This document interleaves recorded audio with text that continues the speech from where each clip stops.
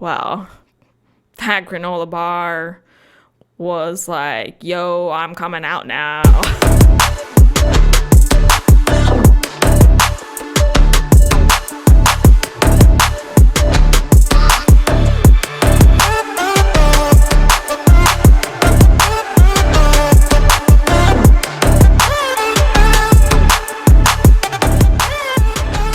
Hey everyone, welcome back to the Big Dane podcast. How was your weekend and first week into the new year? For me, it kind of went fast. I thought the week was gonna kind of drag, but it wasn't too bad. Wasn't too bad. And now for me, it's the countdown to my birthday, which is February 1st. Yeah. So yeah, today, it's basically gonna be first episode just with me and, regular time around 30 minutes for you guys. So yeah, and then just to give you a couple updates in case you haven't seen. So I now have, those shorter clips from my episodes on IGTV, which is pretty cool. Man, it takes longer than you think to do all that because you have to re-look at your entire video and then trying to select, and I'm trying to select it with my finger, and then I'm you go, oh wait, now I wanted at the 5-minute mark, and now my finger just went all the way back to the 2-minute mark. So it's it's a process. What I do have, and I forget why I have it, maybe it was from a phone case I had ordered years ago, but it came with a stylus kind of thing. I wouldn't say pen, only because the point of it is not a pen, it's more a rounded edge. So I've been trying to do that just to make my hand steady, but yeah, it takes some time. So I'm gonna do that. I'm not gonna do it for every episode. It's a lot of time involved with also just having a full-time job. So we'll see how many I can do and manage, just because it is fun to see me and see my faces that I make. I also hope you enjoyed the first interview episode that I did. So yeah, a little bit different style, but I also, wanted to keep it fun. So hope you enjoyed that. I wanted to kick it off, with a bonus for you. So just to have something extra to listen to and just learn more about Matt and all his music. So hope you enjoyed that, or maybe you haven't gotten to it yet, but totally fun. We'll see how many other interviews I'll do this year. I don't know. Ideally it's nice to have someone in the same room with you, and especially for the sound and the sound quality, I like to keep that as much as I can, as a highest potential there, instead of something over the internet to record yourself and you just can't hear them as great. So I feel I'm getting particular about that now, just because this microphone is pretty boss, So anyway, I will cut to the chase, and today we're getting into some IBS. Yeah, Irritable Bowel Syndrome, because that's what I have, and I'm just gonna tell you my personal stories about it, because it hasn't really been fun.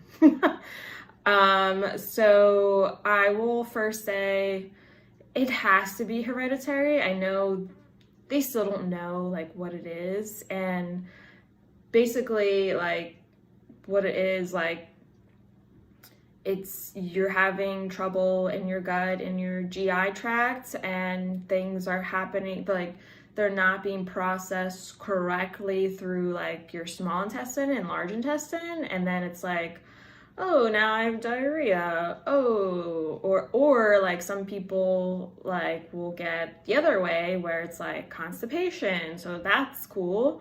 But I have the other side of the IBS-D for a diarrhea. So yeah, it affects more of like the larger intestine, but like certain things I'll eat and I'll get into it, but I get like this cramping like on my side, on my left side usually. I never get on the right.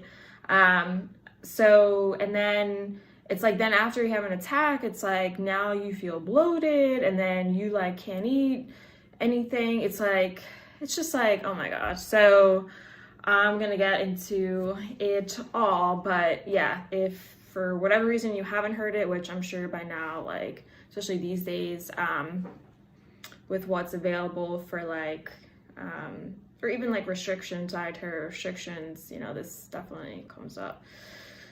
So I will say that like I was saying, it has to be hereditary. I know they still don't know like how it becomes, like it has to be like an autoimmune disorder. I remember like reading that like a while back in an article, but my mom has it, and I was just talking to her like yesterday or something, and I was like, wait, do you remember grandma having, like issues? And she said like she did remember like if they had to go somewhere, or like they had to go run an errand or be somewhere and meet someone, that my grandma would always like make them late because she was like always in the bathroom.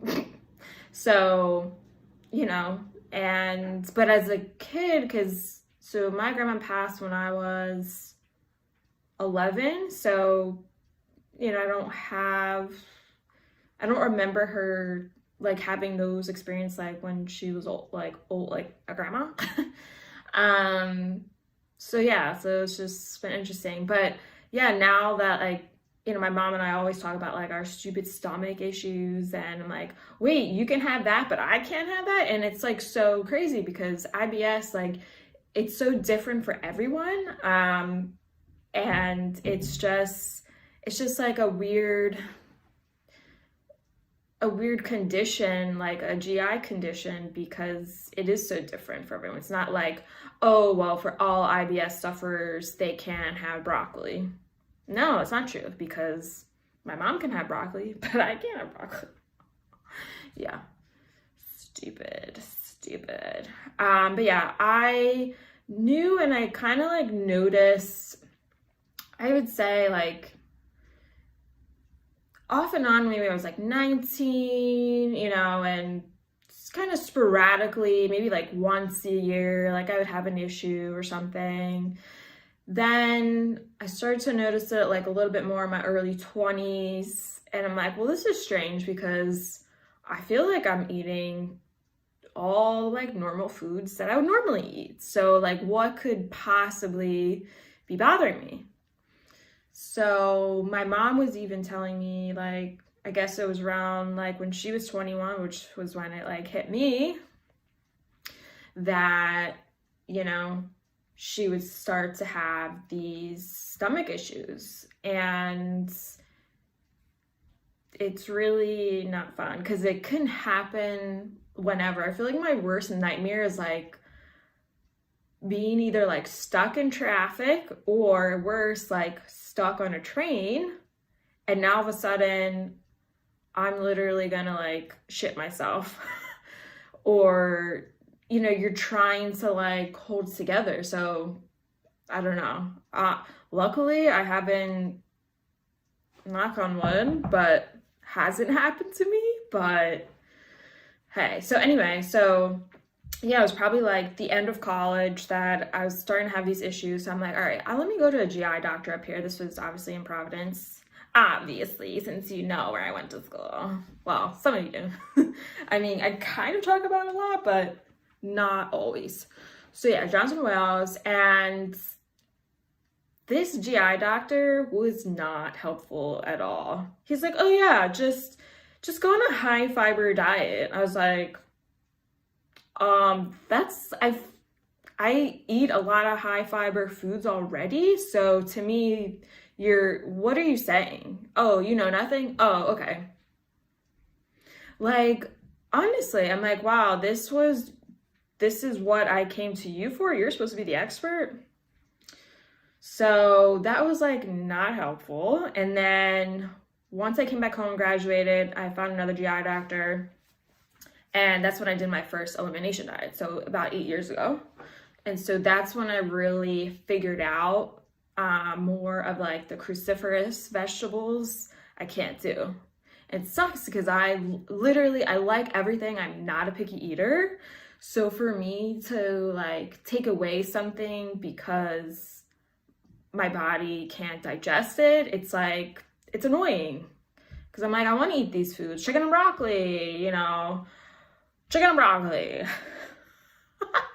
So yeah, can't have broccoli, can't have cauliflower. Brussels sprouts I kind of discovered later because my mom like never made them. And then I was like out of a restaurant and I was like, oh shit. Because by the time I got home, that's when it like hit me. And I'm like, oh, so realized that later. What else? Am I missing another vegetable? Oh, kale. You know how kale has been trending. Like, no, I can't do it. And the one time, oh my gosh, I was out to eat. I was out with my mom and her friends. We were at, what's the place in King of Prussia? Founding Farmers? Does that sound right? I think so. So we were out and I said, and I wanted whatever dish it was. I don't know if it was a salad or something, or an entree that had kale in it. I was like, oh, can you just like swap that for spinach? Because I noticed some of their other items had spinach. Oh yeah, no problem. So, at the time, and when you think kale, there's different kinds of kale. They have the kale that's kind of like all rolled up and like, it's kind of more or less like a garnish, like when you walk into Saladworks and you see all the salad, all the ingredients just laid on top of this like fancy kale, right? That's the kind of kale you probably don't eat, but maybe. So then the other kinds, you have to pay attention because it looks like spinach. Just like the leaves are like a little like cut a little differently. So I'm like, and just like not, I guess, having a lot of kale because I can't have it. I'm like, I can't tell. I'm like, is this kale or is this spinach?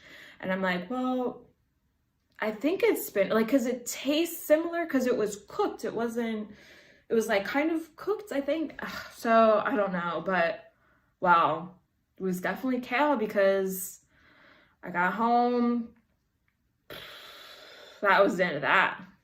Went straight to the toilet, out the other end. So it's like, yeah, you really have to be careful when you go out to eat too, because they don't always get it right. So yeah, watch out for the kale. There could be a little imposter. So yeah, and then, after I did that elimination diet, it was like really helpful. Those are probably like the main things. I kind of noticed I had a little bit of an issue with apples, but not terrible. Like, it was more like I could only eat like a little bit, like maybe not like a full apple. I would just like feel like all this like gas and like not good. So I just like didn't really buy them like I used to buy them and have it for like a snack or, for lunch.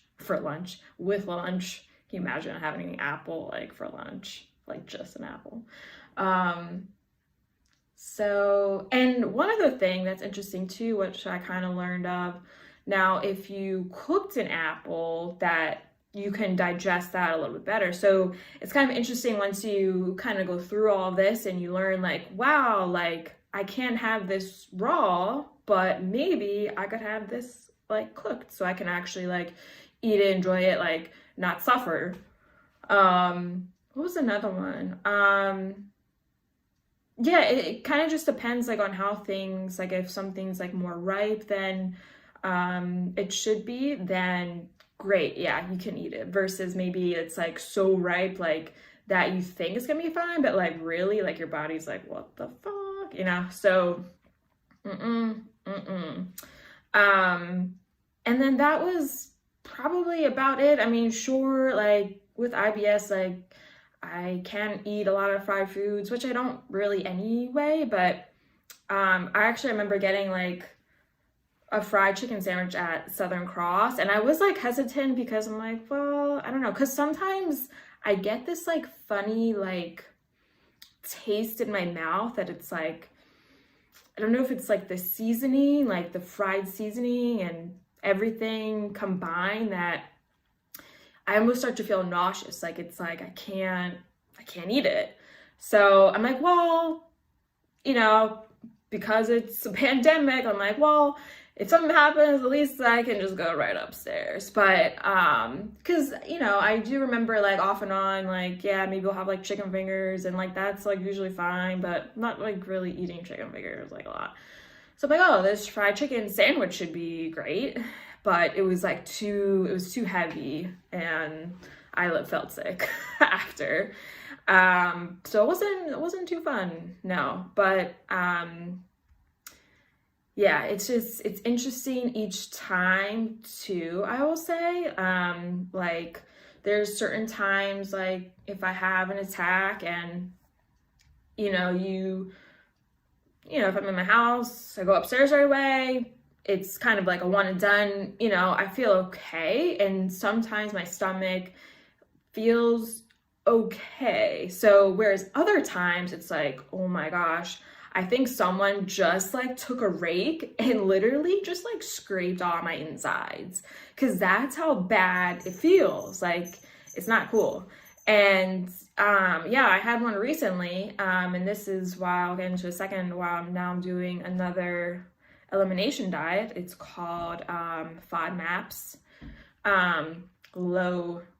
To pay attention to the low FODMAPs and swap that out with the high FODMAPs. So I'll get into that in a second. But because I'm like, this is so annoying, because I feel like now as the years went on that there's always something else happening, and I'm like, well, I don't understand. Like I thought I figured everything out and I didn't. So now it's like just like break it down. So this is a different elimination diet, where it focuses more on, so basically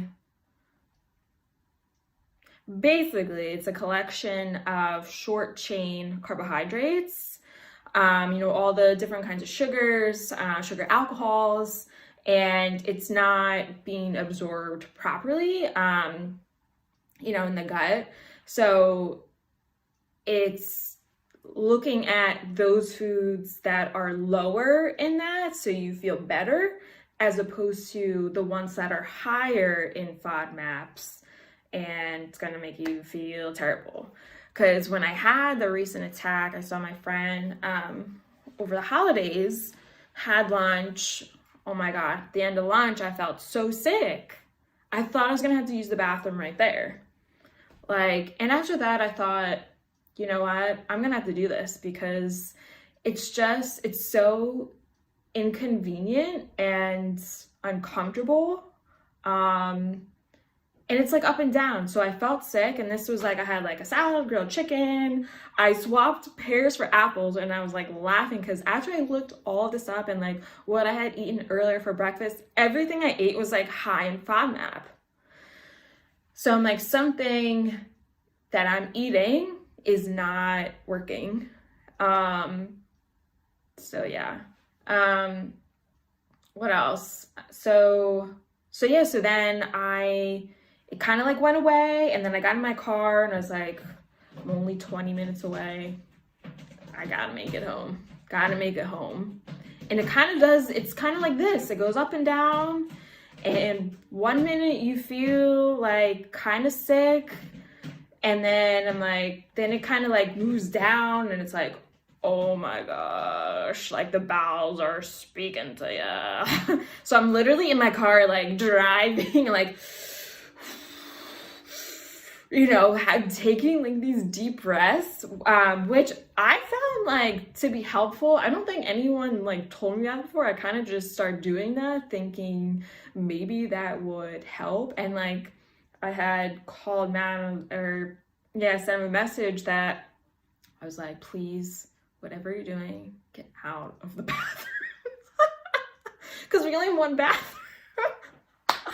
So I was like, I feel sick. As soon as I get it, like I'm basically running to the bathroom as soon as I get in the door.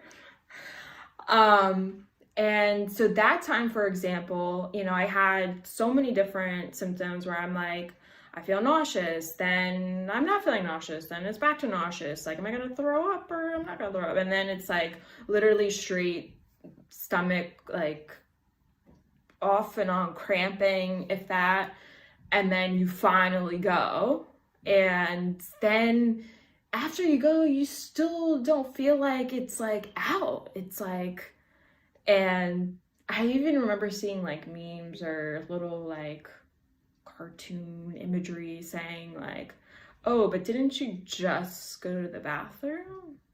Oh yeah, I did, and now I have to go again. Because it's like, when it's fully out of your system. And once it's fully out, yes, it is a relief. Like, amen. Like, let's cheers to that, right? But then after that, it's like, what can I even eat? Because now, after a while, you're hungry because literally everything in your system just came out of your body. And then at that point, it's like, you can really only look to dry foods because you don't want to irritate it in any way. Like, even if it's like, I don't know, Friday night, Saturday night, you want to have a drink, I probably won't, because I'm like, my stomach is gonna hate me more if I have even just one glass of wine. And why would I if my stomach hurts? Like, hello. So I'm like, ginger tea. Do we have any, like, for me, like, yeah, literally anything dry that would help. And then I'm like, just like wanting like all these carbs, like, yo, I'm loading up, because I'm gonna go do a run tomorrow. Psych, I just had an attack. Yeah, not cool. So yeah, and I will say too, the reason why I'm also doing this, even over the summer, I had like 2 experiences where I had like 2 alcoholic seltzers, 2 brands I didn't have.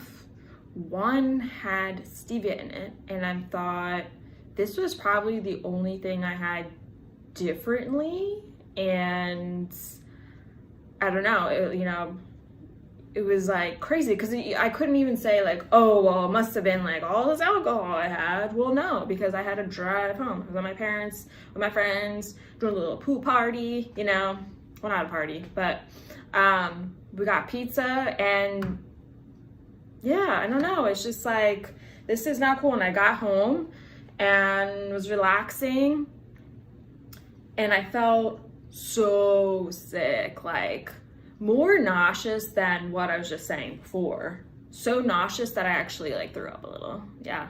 And then I was like, oh, now I gotta turn around. Let me do a 180, right? Yeah, 180. And then it just like comes out, but it was like the worst stomach pain that I had never felt before. So that was the thing that really grabbed me, because I'm like, what the hell is this? This isn't IBS, is it? I've never experienced something like that. So then I mentioned it briefly in an episode in the fall, just how I was getting like colonoscopy. Let me check that off. But yeah, everything was fine. they said, oh yeah, you just have a large colon, so that's probably why you're feeling discomfort. Bullshit! Oh, so this happened overnight? Oh, okay. Thank you. Now, so then it's just been like this journey of like, well, what do I do next? And so now next for me is FODMAPs. And this, I have like 4 weeks of it, so I've only done 1 week. And then from there, then you start to add back in each category. Oh my God. Moo, not today. Oh my gosh, I hope she does not walk any further. I just fed her, so hoping this wouldn't happen. Yeah, so then you add back in like, you know, out of like the FO or the OD, or it's basically each section of that. Yeah, fructans, galactans, and I can't even pronounce them, but polyols, and then you realize, oh, like lactose is bothering me, or the fructans are bothering me, you know. So hopes to figure it out.